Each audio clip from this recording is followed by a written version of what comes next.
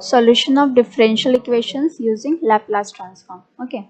An LTI system is described by constant coefficient differential equations relating the input and output. LTI system means linear time invariant system. Okay, linear time invariant system में वो क्या system is described by constant coefficient differential equations relating the input and output. Output and input को relate करके differential equation form किया रहता है जो LTI system में. ठीक है. The response of the system is obtained by solving the differential equations. The differential equation can be solved either by classical method or by using Laplace transform. So the Laplace transform converts the differential equation in time domain into algebraic equation in frequency domain. Laplace transform का basic आपको पता है कि वो frequency time domain से frequency domain में change करता है. ओके. और यहाँ पे जो हम पढ़ने वाले डिफरेंशियल इक्वेशंस का, तो यहाँ पे क्या है, डिफरेंशियल इक्वेशंस में रहेंगे आपका जो इक्वेशन रहेगा वो, उसको फिर हम अलजेब्रिक इक्वेशंस में कन्वर्ट करने वाले हैं. Okay. The solution is obtained in frequency domain by manipulating these algebraic equations. The result is converted back into time domain by taking the inverse Laplace transform of response. मतलब जो आपको differential equations दिया रहेगा उस पर हम Laplace transform apply करके हम क्या करने वाले हैं, उसको फ्रीक्वेंसी डोमेन में कन्वर्ट करने वाले हैं. उसके बाद फिर हम जो हमारा ट्रांसफर फंक्शन जो हमें कैलकुलेट करने का है उसको फिर we can by using inverse Laplace हम उसे फिर टाइम डोमेन में चेंज कर सकते हैं. तो देखिए जो total response of the system है it can be expressed as the sum of two components. One is natural response and second one is forced response. ठीक है. तो जो नेचुरल रेस्पॉन्स होता है वो क्या होता है, नेचुरल रेस्पॉन्स में आपका जो इनिशियल कंडीशंस रहते हैं उन सिर्फ इनिशियल कंडीशंस को लेकर के जब हम रेस्पॉन्स निकालते हैं तो वो नेचुरल रेस्पॉन्स कहलाता है. और जो फोर्स्ड रेस्पॉन्स रहता है वो क्या होता है, जब सिर्फ इनपुट को हम सिर्फ इनपुट को कंसिडर करके जब हम रेस्पॉन्स निकालते हैं सो वो रेस्पॉन्स आपका फोर्स्ड रेस्पॉन्स कहलाता है. ओके. अच्छा, यहाँ पे एक और चीज़ लिखी गई है कि the total response of the system is equal to forced response when the initial conditions are zero. देखिए जब आपके इनिशियल कंडीशन जीरो रहेंगे, देखिए जब हम क्या बोल रहे हैं, टोटल रेस्पॉन्स है वो किसको बोल रहे हैं, फोर्स्ड रेस्पॉन्स और नेचुरल रेस्पॉन्स दोनों का एडिशन को हम टोटल रेस्पॉन्स बोल रहे हैं. ठीक है. और नेचुरल रेस्पॉन्स है वो क्या होता है, जब आप सिर्फ इनिशियल कंडीशंस को कंसिडर करके रेस्पॉन्स निकालते हैं तब उसको नेचुरल रेस्पॉन्स बोलते हैं. और जो फोर्स्ड रेस्पॉन्स है उसमें क्या, we take only inputs only. ठीक है. फोर्स्ड रेस्पॉन्स में सिर्फ इनपुट्स लेते हैं, नेचुरल रेस्पॉन्स में सिर्फ इनिशियल कंडीशंस लेते हैं. ओके. तो अगर ऐसा कोई कंडीशन आया when you don't have any initial conditions, ठीक है, इनिशियल कंडीशंस जीरो होंगे, सो इन दैट केस आपका जो टोटल रेस्पॉन्स निकलेगा वो किसके इक्वल हो जाएगा, फोर्स्ड रेस्पॉन्स के. क्योंकि जब इनिशियल कंडीशंस कुछ है ही नहीं so we will not get any natural response. Okay. ठीक है. Okay. The ratio of Laplace transform of the output to the Laplace transform of input with the initial conditions neglected is called the transfer function of the system. You know कि आपको transfer function of the system का definition पता है, वो क्या होता है, Laplace transform of output to the Laplace transform of input. ठीक है. With zero initial conditions. ठीक है. ये आपको पता होगा, आपने कंट्रोल सिस्टम में पढ़ा होगा ये. ट्रांसफर फंक्शन का डेफिनेशन हम ऐसे बताते हैं कि it is the ratio of Laplace transform of output to the Laplace transform of input with zero initial conditions. Okay. और फिर इसी चीज़ को आपके ट्रांसफर फंक्शन को फिर से यहाँ पे कैसे डिफाइन किया है, the transfer function of a system is also defined as the Laplace transform of the impulse response of the system. Impulse response आपको पता है क्या होता है, जब आप इनपुट में इम्पल्स सिग्नल लेते हैं. ओके. सो उसका जब रेस्पॉन्स निकलता है, जो आउटपुट आता है उसको फिर हम क्या बोलते हैं, इम्पल्स रेस्पॉन्स. ठीक है. तो देखिए ये आपका एक देखिए यहाँ पे जो HS है वो आउट रिस्पॉन्स है and this is your output signal and this is your input signal. ठीक है. The Laplace transform of zero state response या forced response YS is the product of XS and HS. यहाँ से इस equation से you will get YS is equals to HS into XS. ठीक है. Where XS is the Laplace transform of the input. X S को हम क्या input consider करते हैं, और एक्सेस है मतलब क्या, this is the Laplace transform of the input signal, ठीक है। And H S is the transfer function of the system. यहाँ से क्लियर दिख रहा है ना, H S is equal to Y S upon X S, so H S को हम ट्रांसफर फंक्शन बोलेंगे, है ना। सो वही चीज़ यहाँ पे लिखी है। The function hs depends upon the coefficients of the differential equation. It does not depend on the input signal or the initial energy storage. जो आपका एच है, आपका यहाँ पे एच क्या बोल रहे हैं, ट्रांसफर फंक्शन जो है depends on the coefficient of differential equations. देखिए जो डिफरेंशियल इक्वेशंस आएंगे, ये दो डिफरेंशियल इक्वेशंस थे, ठीक है, इस लेफ्ट साइड में और राइट साइड में। तो ये डिफरेंशियल इक्वेशंस को हमने क्या किया है, जितने भी उसके जैसे वाई एस हुआ, वाई एस क्या क्या लिया है हमने, वाई एस को आउटपुट सिग्नल लिया है।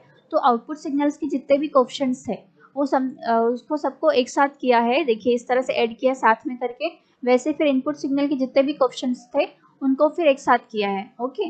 फिर उसके बाद हमने ये वाई एस अपॉन एक्सेस का एक रेशो निकाल के हमने फिर यहाँ से क्या निकाला, एच एस निकाला। एच एस मतलब इसका ट्रांसफर फंक्शन निकाला है, ओके। सो जो एच एस है वो डिपेंड्स ऑन दिस कोएफिशिएंट्स, ये जो कोएफिशिएंट्स रहेंगे उन पर डिपेंड करेगा, ठीक है।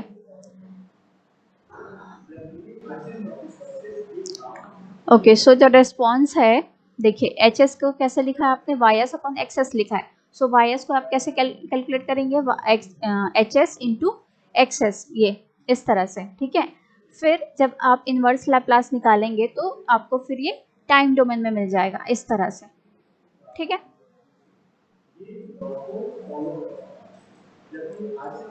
ऐसा, और इस केस में क्या किया है, जो आपका इनपुट सिग्नल है उसको इम्पल्स सिग्नल ले लिया है, तो ये इम्पल्स रेस्पॉन्स कहला रहा है, ठीक है।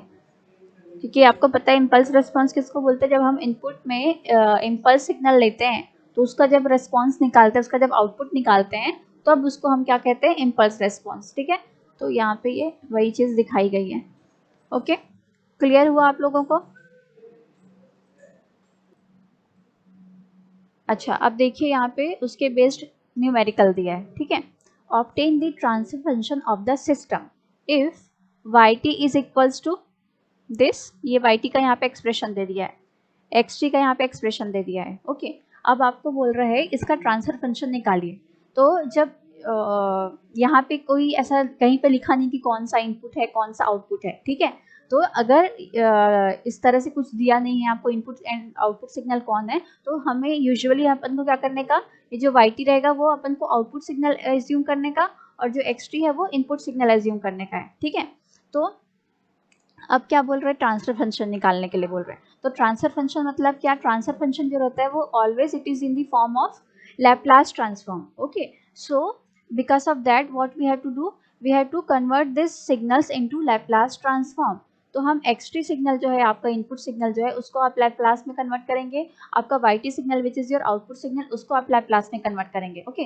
तो वन बाय वन ये चीज़ें होंगी यहाँ पे। तो देखिए हमने क्या किया, सबसे पहले एक्स टी को लैप्लास इसका लैप्लास ट्रांसफॉर्म निकाला। तो एक्स टी क्या दिया हुआ है आपको, E to the power minus two T U T, okay. So ये अभी तो आप लोग बहुत सारे ऐसे प्रॉब्लम्स कर लिए, तो यहाँ से आपको इजीली पता चल रहा होगा इसका लैप्लास ट्रांसफॉर्म क्या होगा। इसका लैप्लास ट्रांसफॉर्म क्या होता है, one upon S plus to. S plus to क्यों होता है, क्योंकि यहाँ पे जो साइन रहता है उसका जस्ट ऑपोजिट साइन आता है, और ये यहाँ पे जो कोफिशिएंट रहता है वो कोफिशिएंट एस के साथ ऐड में आता है, ठीक है, एस प्लस टू करके, ओके। वैसे ही फिर आप वाई टी सिग्नल्स में जो दिया हुआ है आपको एक्सप्रेशन उसका लैप्लास निकालना है। तो यू टी का पता है, यू टी का क्या होता है, वन अपॉन एस होता है। E to the power minus T U T का क्या होगा, one upon S plus two होगा।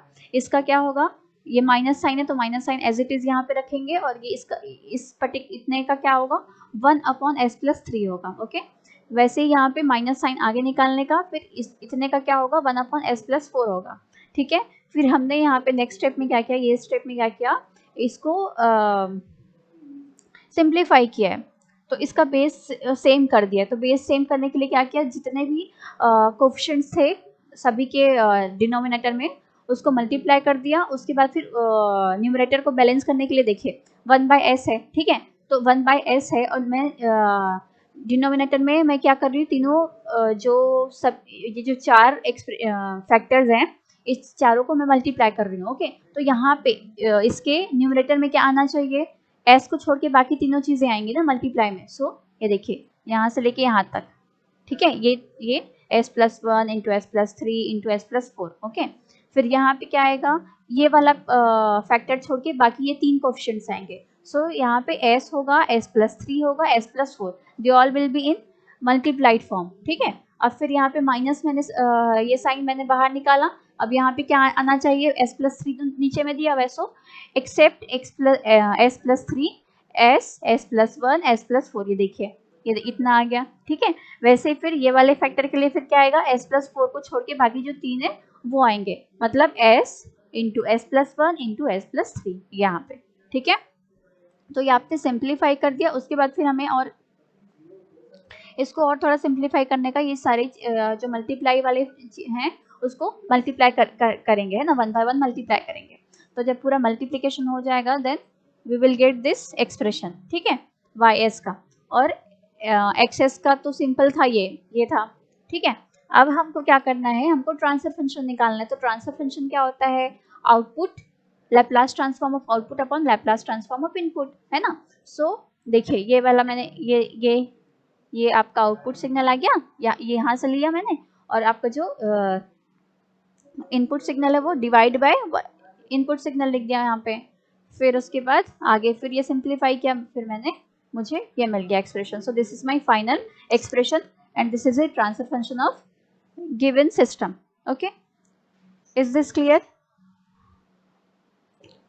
ओके, अब ये क्वेश्चन पे आइए, find the system transfer function for each of the systems described by the following differential equations। क्या निकालने का यहाँ पे, ट्रांसफर फंक्शन, सिस्टम का ट्रांसफर फंक्शन निकालना है for each of the systems described by the following differential equations। जो आपको differential equations दिए हैं, ये इनके हर एक सिस्टम का आपको ट्रांसफर फंक्शन निकालना है। तो इसका निकालने का, इसका निकालने का। ओके, तो चलिए इस पे आते हैं, पहले वाले क्वेश्चन पे। ठीक है, तो देखिए ये आपको दिया है डिफरेंशियल इक्वेशन, ऐसा दिया हुआ है। ठीक है, अच्छा, जब d/dt रहता है, ठीक है, d/dt जो है वो लैप्लास में कन्वर्ट होता है, तो क्या होता है उसका, d/dt का s होता है। गुड, s होता है। तो जितने टाइम्स आपका डिफरेंशिएशन रहेगा उतने टाइम्स s में पावर रहेगा। मतलब जैसे देखिए यहाँ पे क्या है, d2yt अपॉन dt स्क्वायर, मतलब 2 टाइम्स यहाँ पे डिफरेंशिएशन हुआ है yt का, है ना, d/dt 2 टाइम्स है, मीन्स यहाँ पे क्या आएगा, s स्क्वायर आएगा। ओके, और ये यहाँ पे फिर क्या है, dy/dt, मतलब यहाँ पे 1 टाइम डिफरेंशिएशन है, मतलब यहाँ पे सिर्फ s आएगा, और यहाँ पे क्या आएगा, s कुछ नहीं आएगा, क्योंकि यहाँ पे कोई डिफरेंशियल है ही नहीं। ओके, तो देखिए अब नेक्स्ट स्टेप पे देखते हैं। ठीक है, यहाँ से इसके बाद ये वाला स्टेप देखिए, ये देखिए, तो ये देखिए फर्स्ट वाला जो आपका फैक्टर है, इसमें क्या 2 टाइम डिफरेंशिएशन हुआ है, इसलिए यहाँ पे s स्क्वायर आया। और ys क्यों आया, because you are having yt signal दिया है, तो yt का जब लैप्लास किया सो ys हो गया। ओके, अब यहाँ पे 8 तो एज इट इज आएगा, कांस्टेंट टर्म है। फिर ये यहाँ पे एक बार डिफरेंशिएशन हुआ है, सो एक बार डिफरेंशिएशन हुआ इसलिए s हो गया। ठीक है, और yt है सिग्नल, इसलिए y ऑफ s हो गया है। अब यहाँ पे 14 is constant value, so as it is we have to write 14, और कोई डिफरेंशिएशन कुछ नहीं, नॉर्मल एक yt सिग्नल दिया है, सो yt सिग्नल का लैप्लास ट्रांसफॉर्म में क्या होगा, y ऑफ s होगा। ठीक है, ओके, अब वैसे फिर इक्वल्स टू के राइट साइड में देखिए 4dxt/dt है ना, तो यहाँ पे अगेन हमको क्या दिख रहा है, एक 1 टाइम डिफरेंशिएशन दिख रहा है, तो 1 टाइम डिफरेंशिएशन है इसलिए s आया। ओके, एंड 4 जो कांस्टेंट वैल्यू है वो एज इट इज 4 यहाँ पे लिख दिया। फिर xt का लैप्लास ट्रांसफॉर्म क्या हो गया, xs हो गया। ओके, फिर आपका 7xt है, तो 7 एज इट इज आया, और xt तो और सिंपल एक xt सिग्नल दिया है, तो इसलिए xt सिग्नल का क्या हो गया, x ऑफ s हो गया। ठीक है, फिर देखिए फिर नेक्स्ट स्टेप में क्या कर दिया हमने, जो ys वाले टर्म थे और जो xs वाले टर्म थे, ys को कॉमन निकाल के ये सारे टर्म एक साथ लिख दिया, वैसे ही xs को कॉमन निकाल के ये दोनों टर्म एक साथ लिख दिया। ओके, फिर हमने यहाँ से सॉरी यहाँ से फिर हमने ट्रांसफर फंक्शन निकाला, तो ट्रांसफर फंक्शन निकालना मतलब Laplace transform of output upon Laplace transform of input. मैंने आपको पहले भी कहा था, अगर आपको इनपुट एंड आउटपुट सिग्नल नहीं दिया बताया है कि कौन इनपुट है कौन आउटपुट है, तो अपन को क्या करना है, वाई एस को मतलब वाई टी सिग्नल को आउटपुट सिग्नल लेना है और एक्स टी को इनपुट लेना है। सो वहीं से ये देखिए वाई एस आउटपुट लिया, ये एक्स एस इनपुट लिया, सो यहाँ से हमको ये ट्रांसफर फंक्शन मिल गया। ओके, ये तो इस तरह से हमने ये कैलकुलेट कर लिया, ठीक है।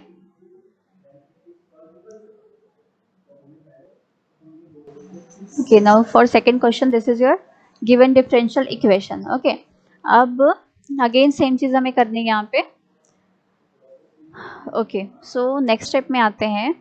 तो नेक्स्ट स्टेप में हमें देखिए ये वाले टर्म भी हमें क्या दिख रहा है, 3 टाइम्स आपका डिफरेंशियल मतलब डिफरेंशिएशन जो हुआ है वो का पावर क्या है, 3 है, मतलब s में पावर आएगा 3, क्योंकि यहाँ पे 3 टाइम्स डिफरेंशिएशन हुआ है yt का। ओके, सो इसलिए यहाँ पे s की पावर 3 आई और yt का लैप्लास निकाला, Laplace transform, so y of s हो गया।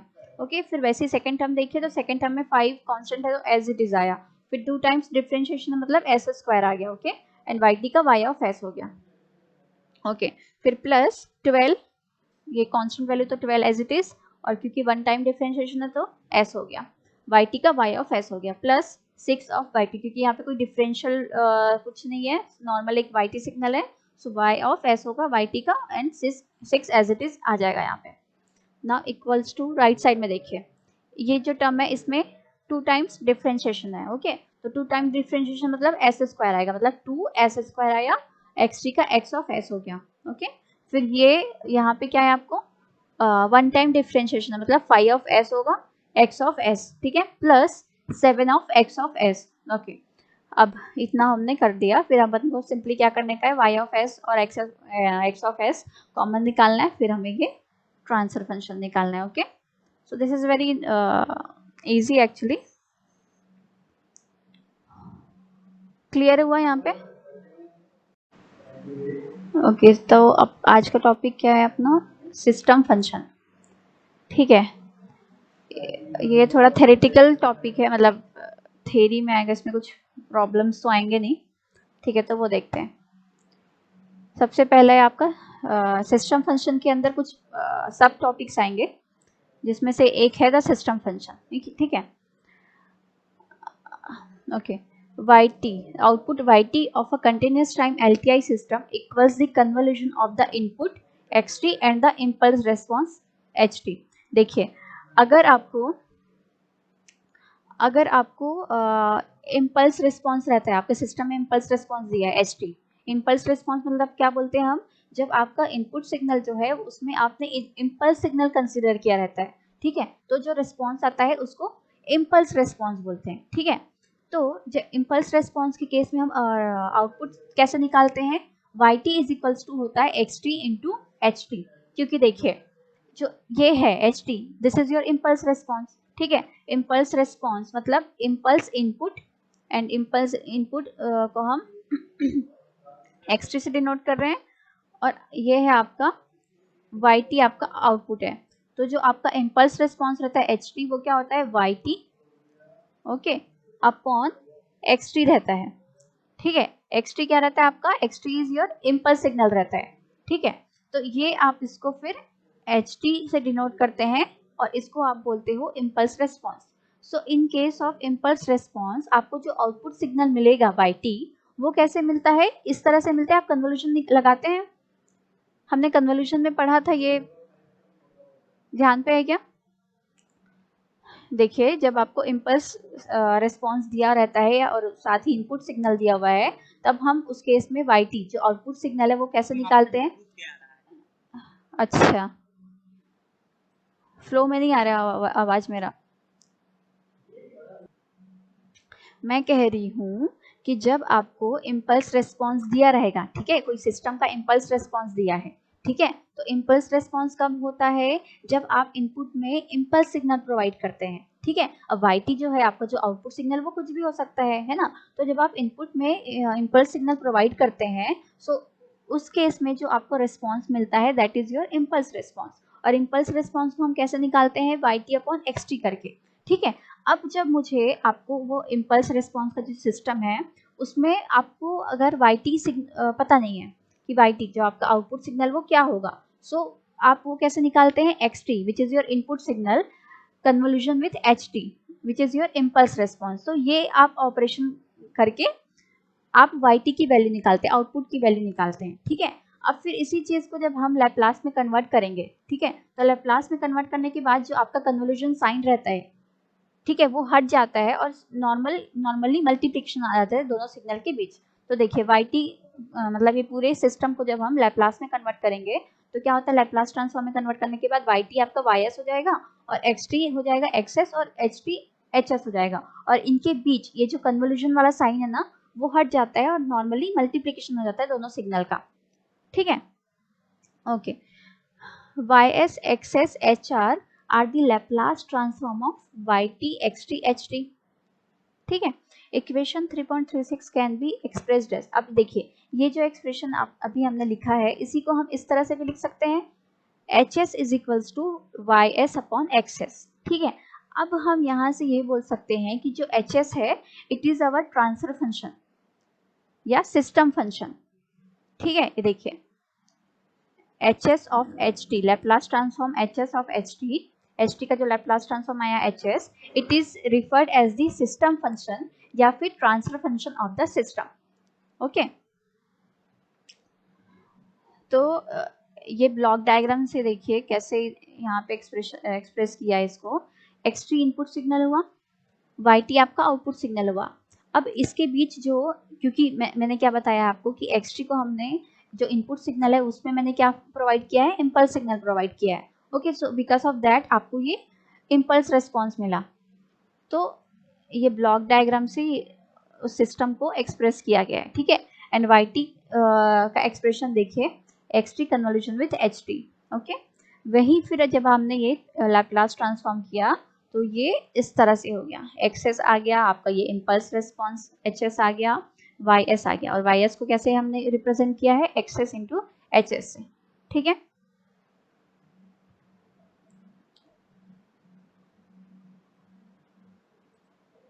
ठीक है, अब सेकंड सब टॉपिक है आपका कैरेक्टराइजेशन ऑफ LTI सिस्टम, ठीक है। Many properties of continuous time LTI system can be closely associated with characteristics of HS in the S plane and in particular with the pole locations and ROC. HS यहाँ पे आपका impulse response ही है, ठीक है। तो देखिए इसके अंदर फिर आपका आता है कॉजलिटी आता है। तो कॉजल सिस्टम आपको पता है, मैंने बताया था कॉजल सिस्टम क्या होता है, ऐसा सिस्टम या ऐसा सिस्टम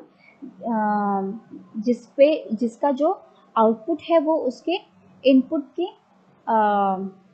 पास्ट या प्रेजेंट पे ही डिपेंड हो, जो उसके फ्यूचर पे डिपेंड ना हो, ठीक है। ये हम थेरेटिकली बोलते हैं इस तरह से, बट क्या बोलना चाहिए, मैथमेटिकली आप इस तरह से रिप्रेजेंट करेंगे, जैसे ht is equal to 0, ht जो आपका सिस्टम फंक्शन है वो 0 रहेगा, कब 0 रहेगा, जब t लेस देन 0 रहेगा। मतलब ये किसकी बात कर रहा है, कौन से केस की बात कर रहा है, आप जब ये प्लेन बनाएंगे तो ये इस केस की बात कर रहा है, इस साइड की बात कर रहा है। t लेस देन 0 मतलब क्या, नेगेटिव वैल्यूज हुआ ना, मतलब नेगेटिव वैल्यूज हुआ मतलब इस साइड आएंगे ना, इस साइड आएंगे ना, आपके लेफ्ट साइड में आएंगे नेगेटिव वैल्यूज। तो नेगेटिव वैल्यूज ऑफ t के लिए आपका अगर सिस्टम की वैल्यू 0 दे रहा है मतलब वो कॉज